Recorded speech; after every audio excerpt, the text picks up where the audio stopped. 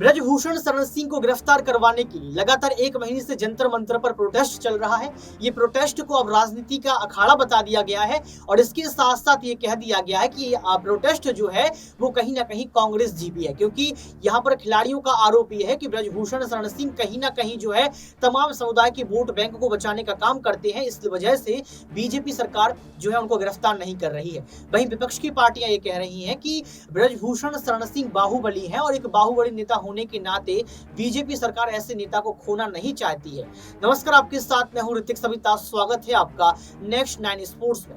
दर्शकों, आपको बता दें कि आखिर ब्रजभूषण शरण सिंह महिला खिलाड़ियों को लेकर क्या कुछ कहते हैं, आखिर कैसे चुप्पी तोड़ते हैं, आप खुद ही देखें। देखिए, जैसे मुझे पता चला कि लखनऊ में दिल्ली में पहलवानों ने फेडरेशन को लेकर के अपनी समस्याओं को लेकर के धरना दिया है। आरोप क्या है ये मुझे नहीं पता था, लेकिन तब से तुरंत मैंने जो है फ्लाइट का टिकट लिया और फ्लाइट का टिकट लेकर के मैं तुरंत आ गया, क्योंकि हमारा रहना जरूरी है, इसलिए मैं आया। सबसे बड़ा जो आरोप दिनेश ने लगाया है, क्या सामने कोई है? मैं कहना चाहता हूं कि सामने कोई है कि जो कह दे कि फेडरेशन ने कभी किसी खिलाड़ी का शोषण किया हो? क्या सामने नहीं होना चाहिए कोई? सामने तो होना चाहिए, कोई तो होना चाहिए सामने कि सांसद जी ने, ब्रजभूषण सिंह जी ने, फेडरेशन के जो अध्यक्ष हैं, उन्होंने फला खिलाड़ी का शोषण किया है। सामने होना चाहिए, नहीं होना चाहिए। ब्रजभूषण जी, लेकिन उनका ये साफ साफ कहना है कि आप फेडरेशन के अधिकारी के साथ साथ 2 घंटा लगेगा तो 2 घंटा बैठूंगा। नहीं, बिल्कुल एक करके आराम से पूछ रहे हैं, कोई वो नहीं है। ब्रजभूषण जी, लेकिन उनका ये भी कहना है कि जिस तरीके से यौन शोषण के आरोप न सिर्फ आप पर और फेडरेशन के अधिकारियों पे हैं, उनका ये कहना है कि फेडरेशन जो है वो कायदे और कानून से नहीं चल रही है, उसमें कई खामियां हैं स्पोर्ट्स कोड को लेकर, इसीलिए आपको इस्तीफा भी दे देना चाहिए, आपको पद से हटाया जाना चाहिए। एक सवाल रखिए कोई। जैसे हमने अभी चलते चलते पढ़ा कि चीफ कोच का भी नाम लिया गया है कि वो भी पसंदीदा खिलाड़ियों का शोषण करते हैं। हमारे लिए कहा गया कि लखनऊ में कैंप इसलिए लगाया जाता है कि खिलाड़ियों को घर बुलाया जा सके। मैं जेड श्रेणी सुरक्षा प्राप्त आदमी हूँ और मैं अपने घर पर स्वयं नहीं रुकता हूँ। मेरा घर वहां से 120-30 किलोमीटर है। मेरा घर है लखनऊ में, लेकिन मैं यदा कदा साल में 1 बार या 2 बार रुकता हूँ। और सबसे बड़ी बात यहाँ है, अन्यथा मत लीजिएगा, एक शेर बोलना चाहता हूँ कि इसीलिए तो डगर डगर बदनाम हो गए मेरे आंसू, इसीलिए तो नगर नगर बदनाम हो गए मेरे आंसू। मैं उनका हो गया कि जिनका कोई पहरेदार नहीं था। मैं कमजोर जो राज्य है, जो कमजोर राज्य के खिलाड़ी हैं, मैं ये पूछना चाहता हूं कि ना आप नेशनल लड़ोगे, ना आप ओपन नेशनल लड़ोगे, ना आप ट्रायल दोगे।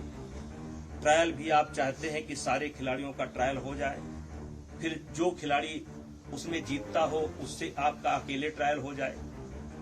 तो जो गार्जियन अपने बच्चों को लेकर के रात दिन मेहनत करते हैं और रात दिन उनके पीछे लगे रहते हैं, तो वो भी तो ओलंपिक के ही उम्मीद से खेल रहे हैं, वो भी तो वर्ल्ड ही खेलना चाहते हैं, वो भी तो एशिया खेलना चाहते हैं। और अगर इतनी दिक्कत थी फेडरेशन से, तो 10 साल से ये दिक्कत क्यों नहीं हुई?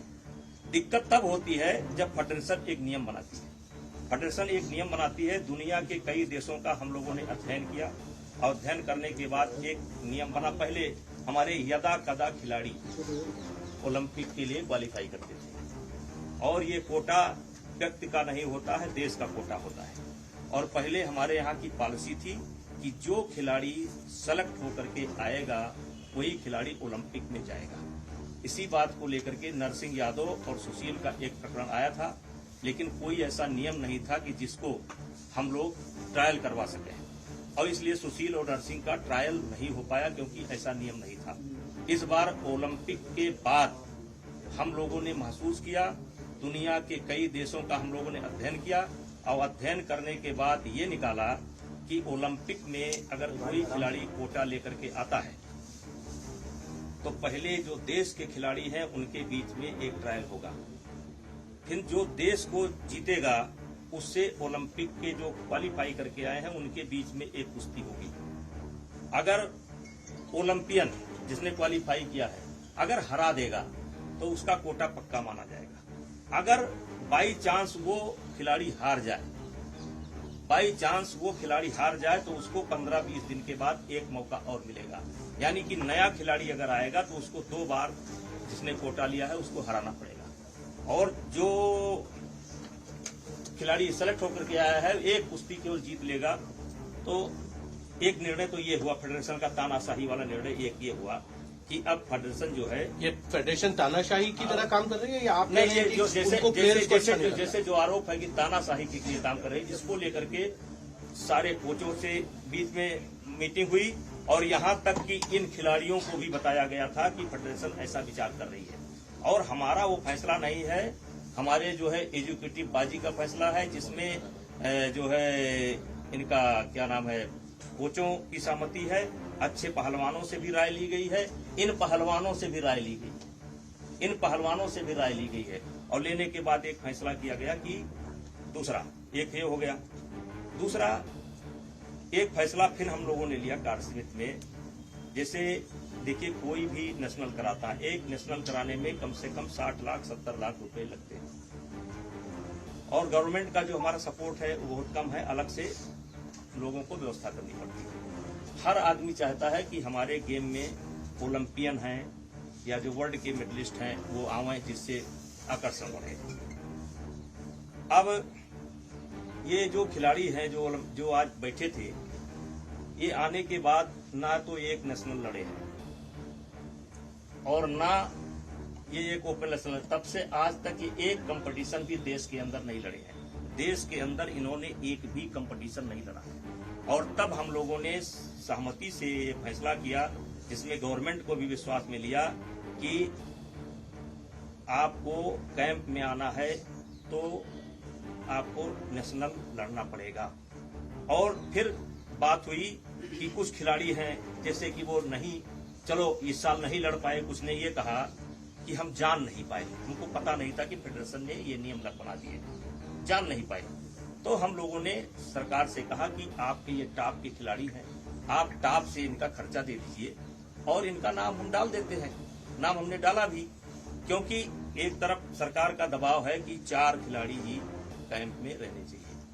तो 4 खिलाड़ी जो नेशनल जीत करके आए हैं, ये बता रहे हैं कि बार बार हमको वजन तोड़ना पड़ता है, तो बार बार आपको वजन तोड़ना पड़ता है, तो जो खिलाड़ी जीत करके आए रहे हैं उनको भी तो वजन तोड़ना पड़ता है। वो भी तो ओलंपिक का सपना देख रहे हैं, वो भी तो वर्ल्ड का सपना देख रहे हैं। ये सारी शिकायत आपको इसी समय आकर के मिली। कोई फेडरेशन के पास कोई इनका लेटर हो, कोई पत्र हो, कोई कि मिले हो आकर के शिकायत किया हो। अभी बजरंग पूनिया 1 हफ्ता पहले आए थे, मिल करके गए कि हमको कोई दिक्कत नहीं है। अभी साक्षी मलिक मिल करके गई, कहीं हमको कोई दिक्कत नहीं है। साक्षी मलिक ने कहा कि हमको ट्रायल में परमिशन दे दीजिएगा, हमने कहा ट्रायल में परमिशन दे दिया जाएगा। तो मैं देश सुन रहा है इसमें मुझे गौर से, तो मैं कहना चाहता हूं कि अब जैसे एक आरोप ये भी है कि पहले हरियाणा की 2 टीम लड़ती थी, अब हरियाणा की 1 टीम लड़ती है। तो देखिए हरियाणा की 2 टीम लड़ती थी, ये सत्य है, और 2 टीम हरियाणा की नहीं लड़ती थी, 2 टीम लड़ती थी। जो फर्स्ट स्थान प्राप्त करती थी उसकी भी 2 टीम लड़ती थी, जो सेकंड आती थी उसकी भी 2 टीम लड़ती थी, जो तीसरे स्थान पर रहते थे उनकी भी 2 टीम लड़ती थी। हम लोगों ने महसूस किया इससे, जैसे नागालैंड है, मिजोरम है, आसाम है, बंगाल है, जो कमजोर राज्य है उनके खिलाड़ियों को मेडल नहीं आ रहा है। बिहार है, झारखंड है, झारखंड को तो आ जाता है, कमजोर राज्य है। तो वो इतने दिन से गेम कर रहे हैं तो उनका भी तो मेडल आना चाहिए। इसलिए जनरल बॉडी की बैठक हुई, सबसे राय ली गई और तय किया गया कि अब कोई किसी प्रदेश की 2 टीम नहीं होगी, 1 टीम होगी। अब यहाँ पर सवाल उठता है कि हरियाणा की भी 1 टीम और मणिपुर की भी 1 टीम। तो हरियाणा हमारे लिए गौरव का विषय है, विशेष करके खेल में। आज देश को जो सम्मान मिल रहा है वो हरियाणा की वजह से मिल रहा है। तो हरियाणा का नुकसान ना हो। अगर हम एक खिलाड़ी ही हरियाणा का लड़ाएंगे तो इसका मतलब कि हमने हरियाणा के साथ पक्षपात किया। देखा आपने इस वीडियो को देखने के बाद आपको पता लग गया होगा कि किस तरीके से ब्रजभूषण शरण सिंह सफाई दे रहे हैं, और ये सफाई कहीं ना कहीं खुद के बचाव के लिए दे रहे हैं। लेकिन राजनीति कब तक चलेगी ये भी देखना पड़ेगा, और ये प्रोटेस्ट कब तक चलेगा ये भी देखना पड़ेगा। राजनीति वर्सेस प्रोटेस्ट में किसकी जीत होती है इसको भी जो है समय के साथ देख लेंगे। लेकिन सबसे बड़ा सवाल दर्शकों ये है कि क्या सुप्रीम कोर्ट का रुख करेंगी महिला पहलवान। आज के लिए सिर्फ इतना ही। देखते रहिए नेक्स्ट 9 स्पोर्ट्स।